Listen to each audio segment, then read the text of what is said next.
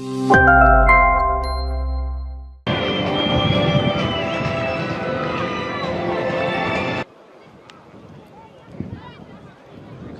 رقابت میتواند یکی از بازی مهمترین و شاید بازی مهمترین در مرحله اول چمپیونات هم مرکزی ورزشی ارتش برگزار کرد. خوب صدا که دوباره بالا می شود بازی دستای اسخات و فایزکند از تا همین دم در 6 بازی 2 غلبه دارد، 3 بازی را با نتیجه مساوی انجام داده است و تنها در یک بازی مغلوب گردیده است. شوکت هوتاب ضربه به طرف دروازه، خیلی ضربه قوی و اولین ضربه رست. این فوتبال باز یک بار سیو بکند. بار دیگر میتوانیم متوجه شویم چگونه دلشاد بزرگ سرول مبارزه برد و بعدا دلشاد جان کریم ضربه خود را به طرف دروازه اجرا کرد و حساب رقابت را یک بار سیو نمود. اصلا البته اینجا میتوان اشاره کرد که قاعده بازی ویران نشده بود چون روان کرده شد. بار دیگر توجه میکنیم بسیار حالت خوب بود. محسن عبدالغفورов پاس خوب داد، کمک نکرد به فوتبالبازان خوجند. بازیگران کلوب مرکزی ورزشی ارتش برتری شماروی خود را استفاده بردن. توانستند امکانیت است برای ضربه زنی. ضربه به طرف دروازه، یک ضربه دیگر و بهترین فرصت بود برای زدن گل.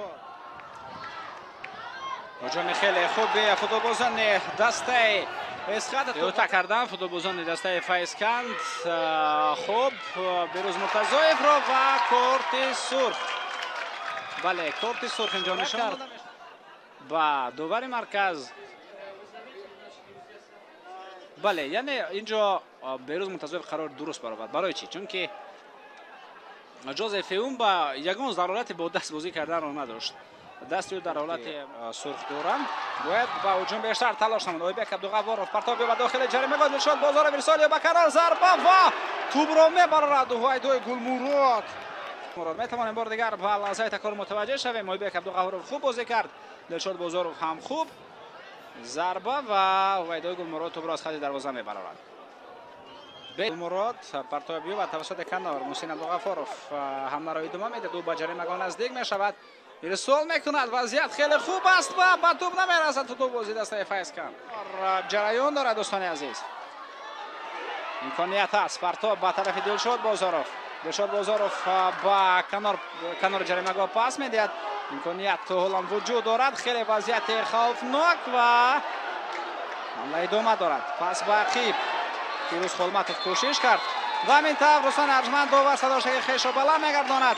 بازی با این غلبه بسیار مهم و تاریخی تبریک و تهنیت میگوییم. اسخات در زینه اول قرار دارد و فایزکند باشد با 9 خود در زینه چهارم موقع خود را نگاه می‌دارد، ولی این از نتیجه بازی دیگر هم وابسته خواهد بود.